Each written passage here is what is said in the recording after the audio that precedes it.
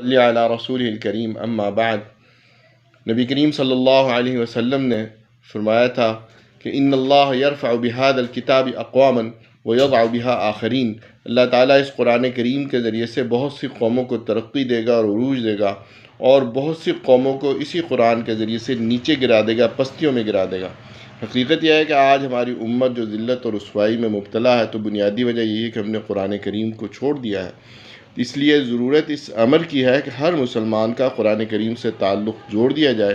جب امت اس قرآن سے جڑ جائے گی تو انشاءاللہ اللہ تعالیٰ اس امت کو ترقی دے گا، عروج دے گا اور ہماری مشکلات آسان کرے گا۔